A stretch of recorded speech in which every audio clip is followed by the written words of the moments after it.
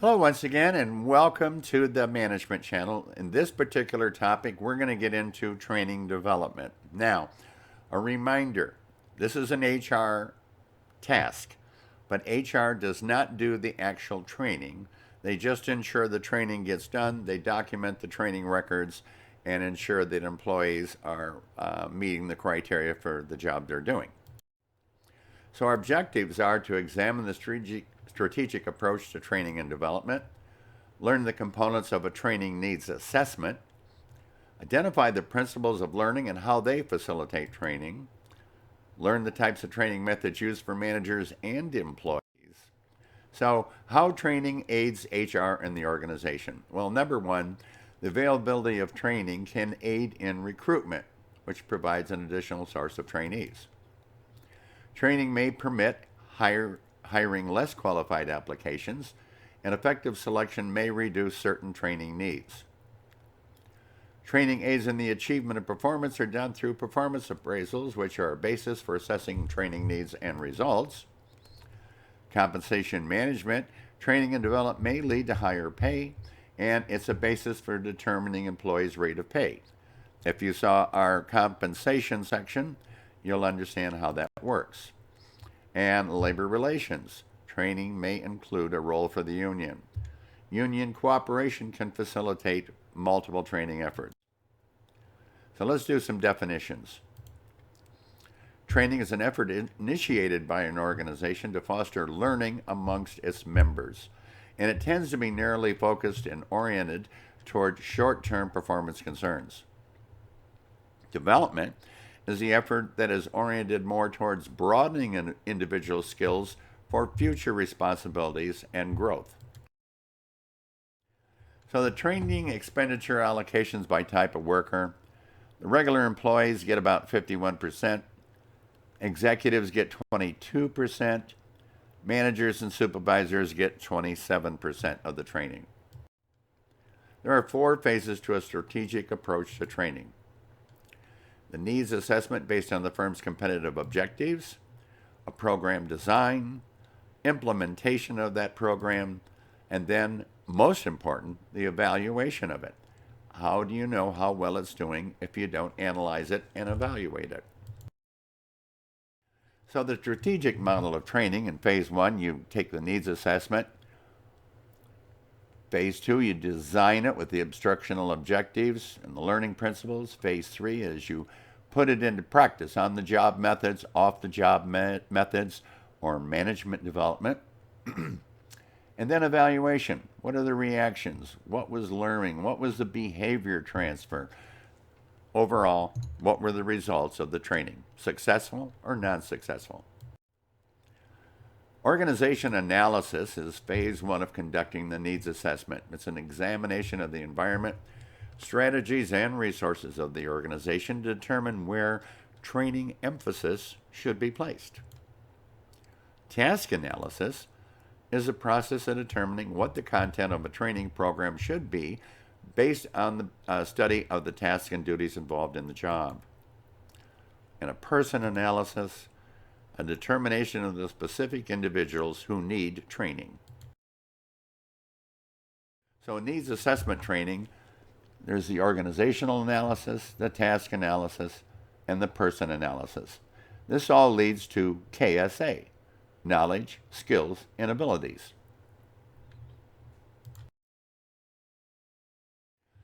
So, a competency assessment for a managerial position would be much like this.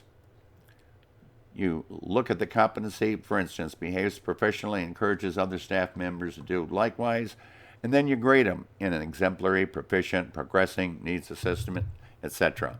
And you do this through all the categories that you require for your management personnel.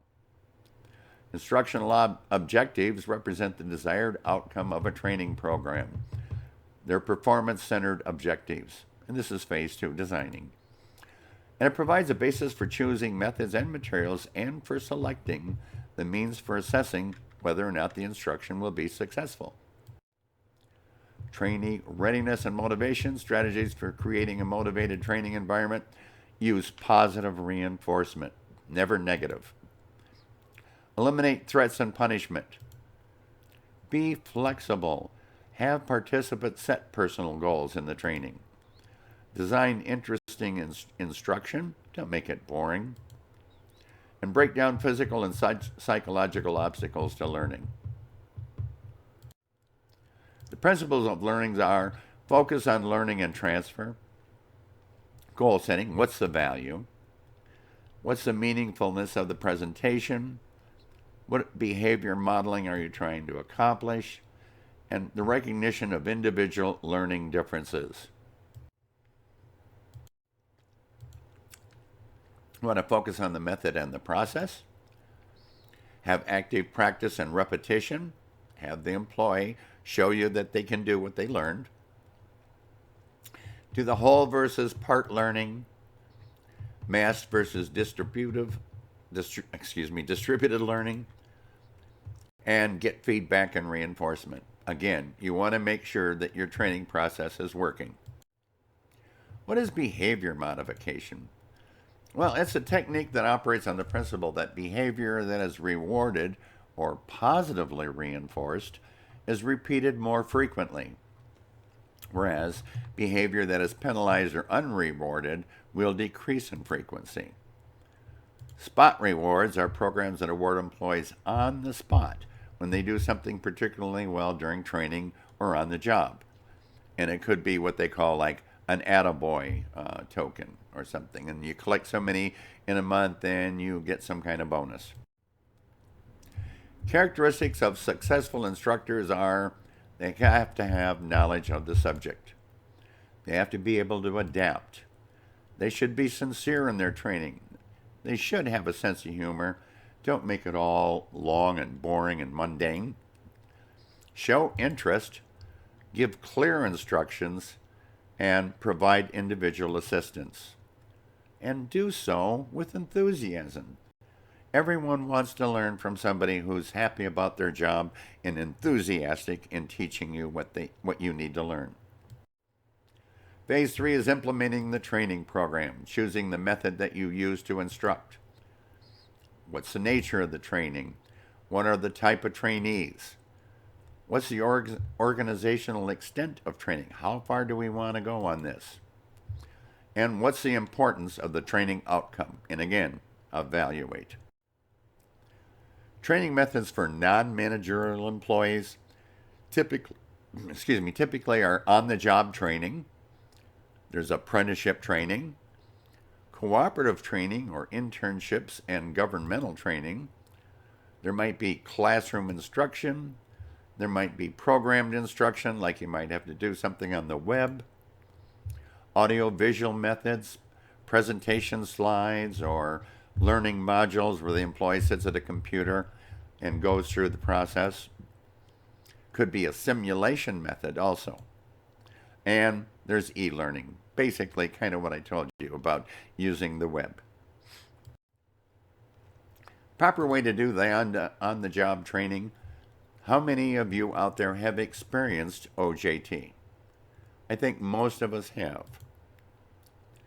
The proper way to do the on-job training is prepare, reassure, orient, have the employee perform, evaluate, reinforce, and review. I'm going to leave this slide up for a couple moments here for you to read so that you can see it more in depth. And again, you may pause at any time to read through any of these slides.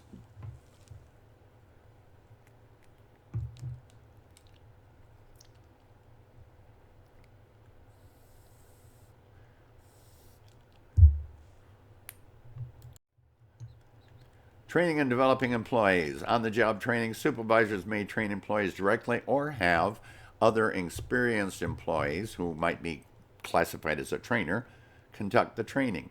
The advantages are it standardizes training and helps the supervisor get to know the new employee. Off-the-job training is training for new and existing employees that is conducted outside the immediate work area. It could be an in-house training program, a formal apprenticeship training program, or maybe even a college campus-based training program. Ensuring ongoing employee development, supervisors should assess the skills and potential of their employees. provide opportunities for the ongoing development of employee skills so that employees can perform better now and in the future. Go to a higher level manager or human resources department to see where there are courses outside the organization that can help meet training needs or future training needs. Be aware of course offerings at nearby educational institutes and encourage employees to take advantage of all the possible educational avenues. Some companies provide tuition assistance. So now we want to make sure we evaluate the benefits of training. We want to look at the employee's reaction, the training's business results, what did the employees learn, and from what they learned, how easy was it for the employees to apply what they learned. On the job defined a little bit further is a method by which employees are given hands-on experience with instructions from their supervisor or the trainer. In doing so, they should be coaching, have understudy assignments, job rotation and lateral transfers, special project and junior boards, some action learning, managerial staff meetings, and planned career progressions.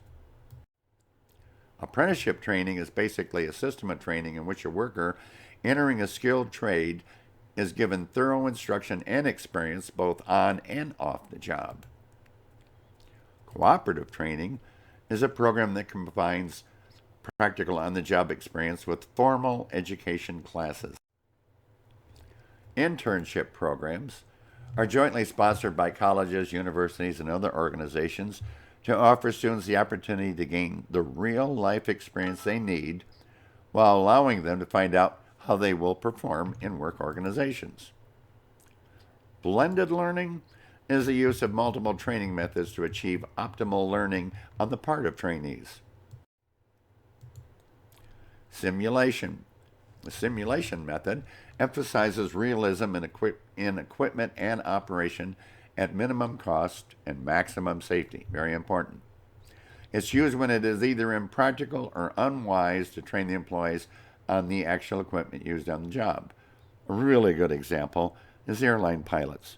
You don't want to train them in a real-life airplane right away with people on board. That's why they have training simulators. E-learning is learning that takes place through the web or computer-based training. It allows the firm to bring training to the employees, and it allows the employees to customize their own learning in their own time and space, which we call just-in-time learning, and provides continuously updated training materials. What are learning management systems? It's an online system that provides a variety of assessment, communication, teaching, and learning opportunities.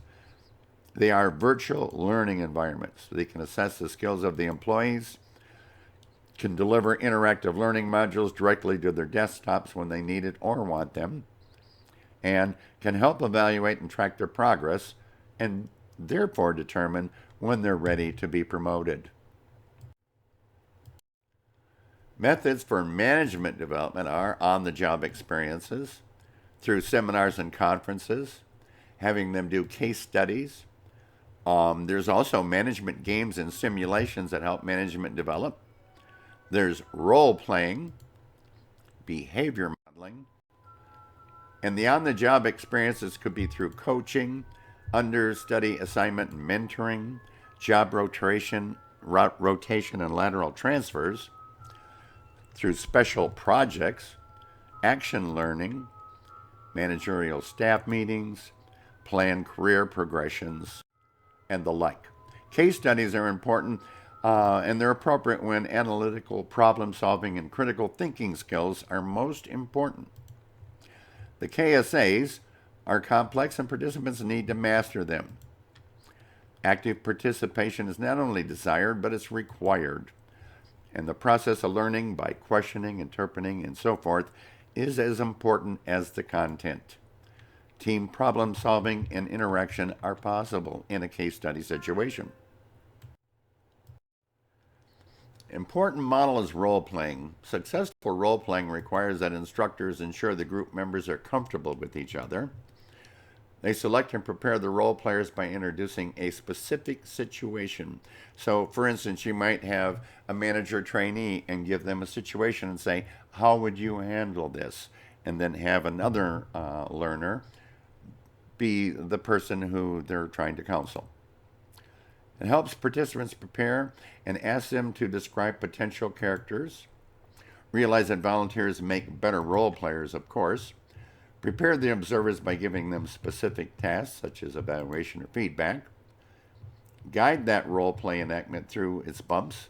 Since it's not scripted, there might be some ups and downs that you may need to intervene and correct. Keep it short and discuss the enactment and prepare bulleted points of what was learned through the role-playing exercise. Behavior modeling is an approach that demonstrates desired behavior and gives trainees a chance to practice and role-play those behaviors and get on-the-spot feedback to learn from. Involves 4 basic components: learning points, a model, a practice and role play, and then when done, get feedback and reinforcement. Phase 4 is evaluating your training program, measuring your program effectiveness. Criteria number 1, what are the trainee reactions? What was the extent of learning? Does the learning transfer to the job properly? And a results assessment. How did it do? How well did it prepare the trainee? So criterion 1, you want reactions. You want the participant to give you feedback. Simplest and most common approach to training evaluation is assessing trainees. And potential questions they might have include the following. What were your learning goals for this program? Did you achieve them? Did you like the program? Would you recommend it to others who have similar learning goals? And what suggestions do you have for improving the program?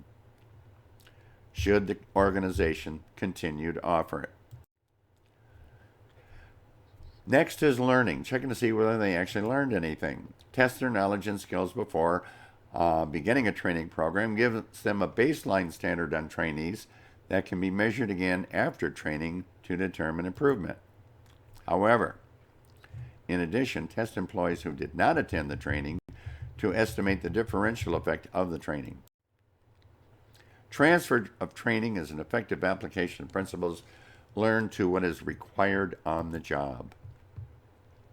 Maximizing the transfer of training, feature identical elements, focus on the general principles, establish a climate for transfer, and give employees transfer strategies. What's the return on investment? You want to measure the utility of training programs, calculating the benefits derived from the training. How much did quality improve because of this training program? How much has it contributed to our profits? What reduction in turnover and wasted materials did the company gain after training? And how much has productivity increased, and by much have costs been reduced? These are all valuable terms to identify as a result of your training. So what did you get back out of your investment? Viewing training in terms of the extent to which it provides knowledge and skills can create a competitive advantage. If the return on investment ratio is more than 1, the benefits of the training exceed the cost of the program. If the return on investment ratio is lower than 1, the cost of the training exceed the benefits. So in terms of training, what is benchmarking? It's a matter of measuring one's own services and practices against the recognized leaders in the industry in order to identify areas for improvement. Training activity, how much training is occurring? Do training and development achieve their goals? And are resources utilized in the pursuit of this mission?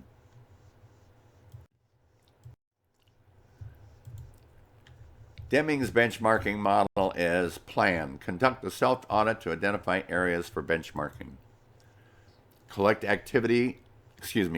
data about the activities.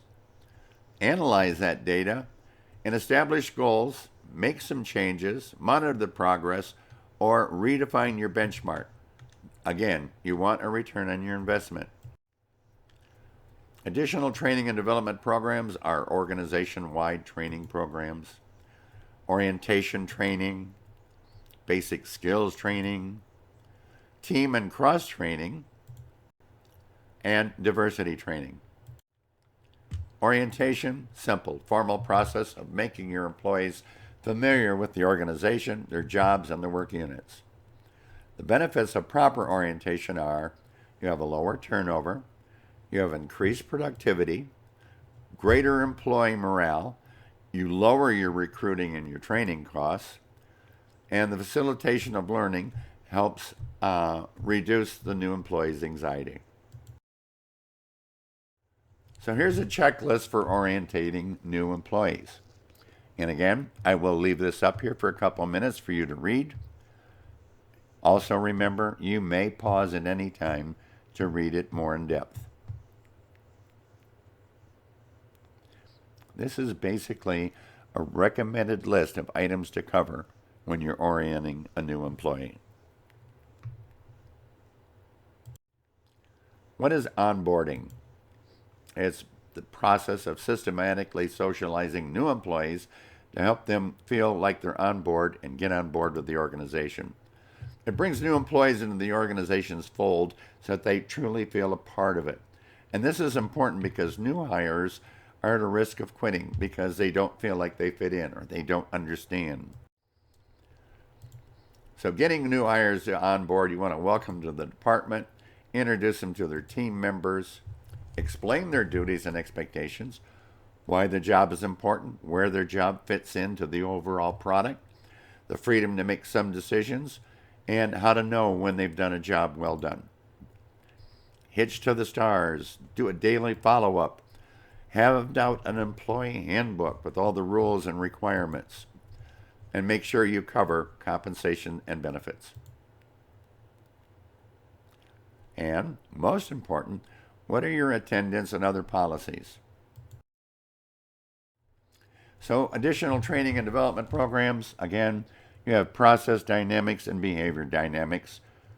I will leave this for you to review. And again, as a reminder, you may pause at any time to read it more in depth.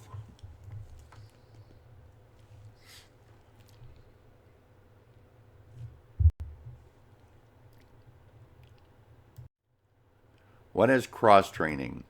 It's the process of training employees to do multiple jobs within the organization. And it's a strong benefit.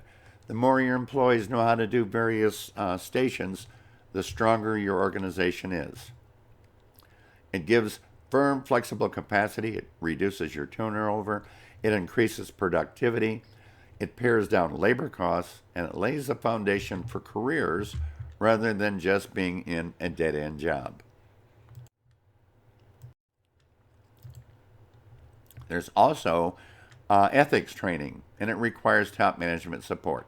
It should be part of the new employee orientation, and it should be regularly available to all employees. Also, types of diversity training, awareness building, helps employees appreciate the benefits of diversity. Skill building provides employees with the KSAs necessary for working with people who are different from them. Very important. Different cultures have different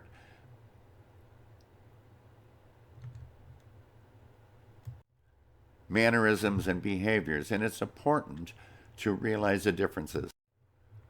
Proper training programs are invaluable to your organization. The better trained your workforce is, the better they perform. The happier are, the more motivated they are, and the better your quality will be along with productivity. Thank you for watching and have a wonderful day.